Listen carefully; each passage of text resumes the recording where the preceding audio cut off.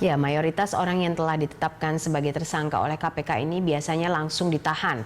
Namun ternyata kebiasaan ini tidak diterapkan seragam lantaran ada beberapa tersangka yang masih bisa melenggang di luar tahanan. Hal ini dinilai sebagai bentuk diskriminasi antara tersangka yang satu dan tersangka yang lainnya dan juga dianggap menjadi hukuman sosial bagi tersangka yang belum ditahan.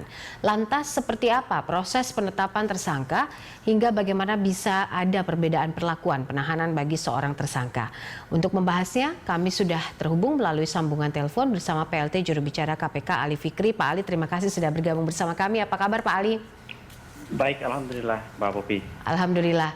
Ini terkait hal ini ramai sekali dibicarakan soal tersangka yang satu bisa saja masih melenggang di luar dan yang lainnya harus mendekam di penjara begitu. Sepertinya maksud kami sesungguhnya seperti apa prosedur yang penetapan dan penahanan tersangka ini, Pak Ali? Baik, Mbak Popi. Jadi sebenarnya tidak ada perlakuan yang berbeda ya antara tersangka yang satu dengan tersangka yang lain. Oleh karena itu, kebijakan KPK ya, kepemimpinan jilid sekarang itu berbeda, Pak Popi, dengan kebijakan KPK periode yang lalu gitu. Nah, perbedaannya di mana? Periode yang sekarang itu ketika perkara dari proses penyelidikan, jadi penyelidikan adalah serangkaian kegiatan penyelidik untuk menemukan suatu peristiwa pidana gitu ya, yang diduga sebagai tindak pidana guna kemudian menentukan dapat tidaknya dilakukan penyidikan. Itu belum ada tersangkanya, tetapi kemudian ketika ke tahap penyidikan adalah serangkaian tindakan penyidik dalam hal menurut cara yang diatur dalam undang-undang untuk mencari dan mengumpulkan bukti sehingga kemudian guna menemukan tersangkanya gitu. Oleh karena itu kebijakan yang berbeda saat ini adalah kami tidak mengumumkan tersangka ketika perkara ini naik dari proses penyelidikan ke penyidikan begitu. Ya, tetapi kemudian kami akan mengumpulkan bukti lebih dahulu yang cukup sehingga kemudian nanti ketika di dalam proses penyidikan ini kami sudah memiliki alat bukti yang lengkap begitu, baru kami akan menyampaikan kepada masyarakat konstruksi perkara yang sedang kami lakukan penyidikan itu, kemudian alat bukti yang telah kami peroleh itu apa, termasuk kemudian pasal-pasal apa yang ditetapkan, dan tersangka itu kami bawa di hadapan masyarakat dalam bentuk konferensi pers dan itu sudah dilakukan penahanan gitu. Nah, tentu kenapa kemudian kebijakan ini dilakukan berbeda dengan kepemimpinan periode yang lalu, tentu ini sudah belajar dari beberapa perkara-perkara atau kasus-kasus yang sebelumnya di mana seorang telah diumumkan sebagai tersangka tetapi kemudian sekian lama tidak dilakukan penahanan terhadap para tersangka tersebut. Ya, ada beberapa perkara yang sampai kemudian dengan disebut dengan seperti istilah ulang tahun ya, berulang tahun. Ada yang sampai kemudian bahkan 5 tahun gitu ya. Kita tahu ada perkara yang sudah diumumkan 5 tahun yang lalu dan sampai kemudian belum selesai juga begitu.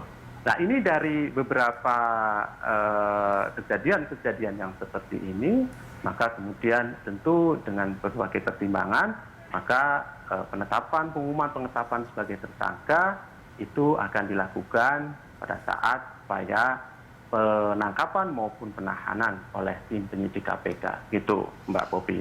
Oke, Pak Ali, ada berapa saat ini tahanan yang memang belum ditahan dan bagaimana progresnya untuk hal ini? Karena kan ini juga bisa menjadi sanksi sosial begitu. Iya, justru itu kalau kemudian kami menghindari adanya sanksi sosial tadi itu, kami tidak mengumumkan nama-nama tersangka ketika dalam proses penyidikan ini yang sedang berlangsung. Ada beberapa perkara yang sedang kami lakukan proses penyidikan dan kami belum umumkan ya secara resmi pihak-pihak yang telah ditetapkan sebagai tersangka. Ambil contoh misalnya adalah perkara kami sedang melakukan proses penyidikan di dugaan korupsi pembangunan gereja di Mimika, Papua. Kemudian ada juga di pembangunan Stadion Mandala Krida di Yogyakarta. kemudian ada pengadaan di PTPN 11 di Pabrik Gula Jatiroto, Jawa Timur, ada kemudian suap pajak yang kemarin sudah kami sampaikan, sampai kemudian proses pengadaan tanah di Munjul Cipayung, Jakarta. Terus kemudian yang terakhir kami sampaikan kemarin, ada proses penyidikan di pemerintahan daerah Kabupaten Bandung Barat. Itu semua kami belum sampaikan secara resmi siapa yang telah ditetapkan sebagai tersangka. Kenapa? Karena sekali lagi tim penyidik masih bekerja mengumpulkan bukti-bukti, baik itu melakukan penggeledahan di berbagai tempat dan kemudian juga meminta keterangan sejumlah saksi gitu. Namun demikian, sekalipun kami belum mengumumkan secara resmi siapa yang tetap sebagai tersangka, di dalam proses penyidikan ini kami selalu update, kami selalu informasikan kepada masyarakat ya, sebagai bentuk keterbukaan, dan tentu kami juga berharap masyarakat ikut mengawal dan mengawasi setiap proses apa yang dilakukan KPK ini begitu.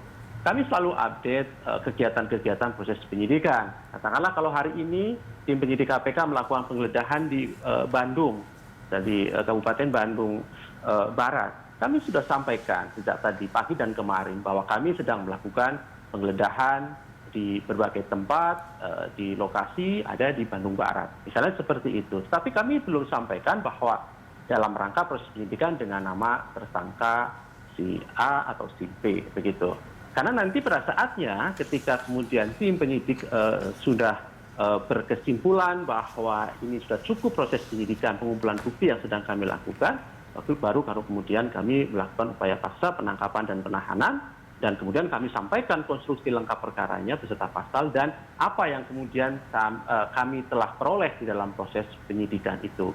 Kalau kita berbicara misalnya ada aset tracing misalnya, apa kami sampaikan, apa aset yang telah kami kumpulkan, apa yang kami sita, apa yang kemudian barang bukti yang kami dapatkan, kami sampaikan juga di dalam bentuk konferensi pers yang disampaikan oleh pimpinan KPK.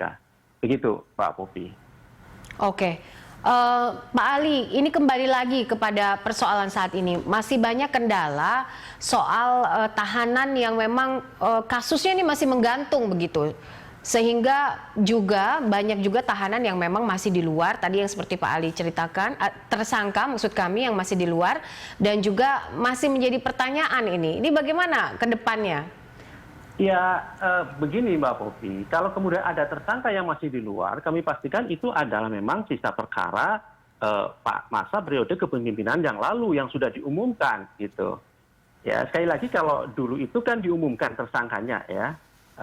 Tersangkanya diumumkan, kemudian proses penyidikan masih berjalan. Bahkan ada yang sampai sekali lagi tadi saya sampaikan, ada yang 5 tahun, ada yang 1 tahun, sekarang juga ada katakanlah perkara yang di Bengkalis misalnya. Ada beberapa yang masih ditetapkan sebagai tersangka, sudah diumumkan tersangkanya misalnya. Jadi, tetapi kemudian begini Mbak Popi, ingin juga kami sampaikan, satu perkara dengan perkara yang lain itu karakteristiknya berbeda ya ketika menangani perkara. Tidak serta-merta kemudian antara satu perkara dengan perkara yang lain itu dipersamakan bagaimana proses penyelesaiannya.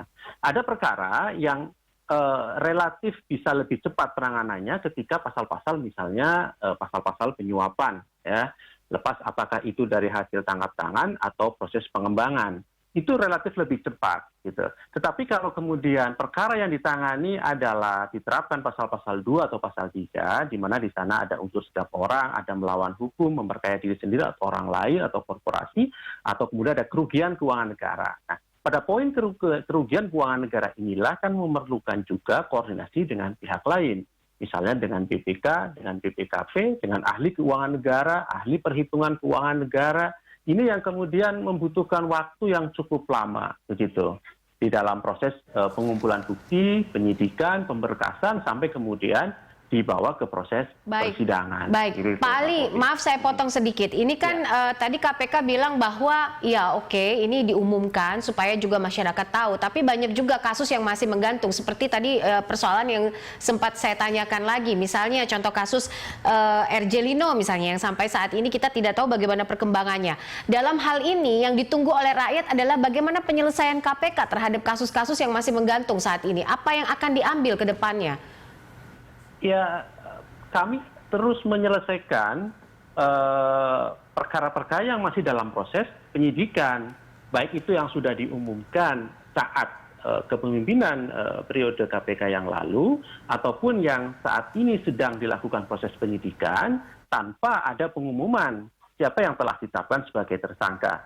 Oke, kalau kemudian spesifik terkait dengan perkara dengan tersangka Pak RJ, karena sudah pernah diumumkan beberapa tahun yang lalu, bahkan ada 5 tahun yang lalu, kami akan upayakan secepatnya perkara ini diselesaikan. Nanti perkembangan mengenai perkara tersangka Pak RJL ini akan kami sampaikan ya dalam waktu berapa ke depan ini gitu.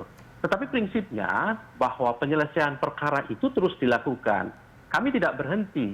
Kenapa? Kami juga ada Dewan Pengawas saat ini, Pak Popi, yang terus melakukan monitoring, kami melakukan pengawasan dalam bentuk koordinasi pengawasan per 3 bulanan, itu selalu di dalam pemantauan, di dalam Dewan Pengawas. Oleh karena itu tentu penyelesaian proses penyidikan itu tidak berhenti, gitu.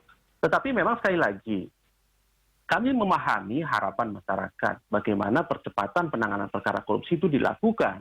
Nah, ada beberapa perkara yang di daerah yang saya sebutkan di awal tadi, di Papua, ada beberapa masyarakat di sana yang kemudian berharap KPK bisa cepat menyelesaikan perkara itu. Dan itu kami pahami, kami selesaikan. Oke. Tetapi sekali lagi bahwa kami perlu waktu, misalnya Baik. tadi untuk koordinasi dengan lembaga lain dalam proses perhitungan Baik, keuangan negara. oke. Misalnya, Kami tunggu Ya. Pak Ali bagaimana Ya. KPK bekerja dan juga menyelesaikan persoalan-persoalan yang terus masih berkecamuk di pikiran rakyat ini. Terima kasih Betul, Pak Pak Ali Popi. untuk waktunya bersama kami, PLT Juru Bicara KPK Ali Fikri.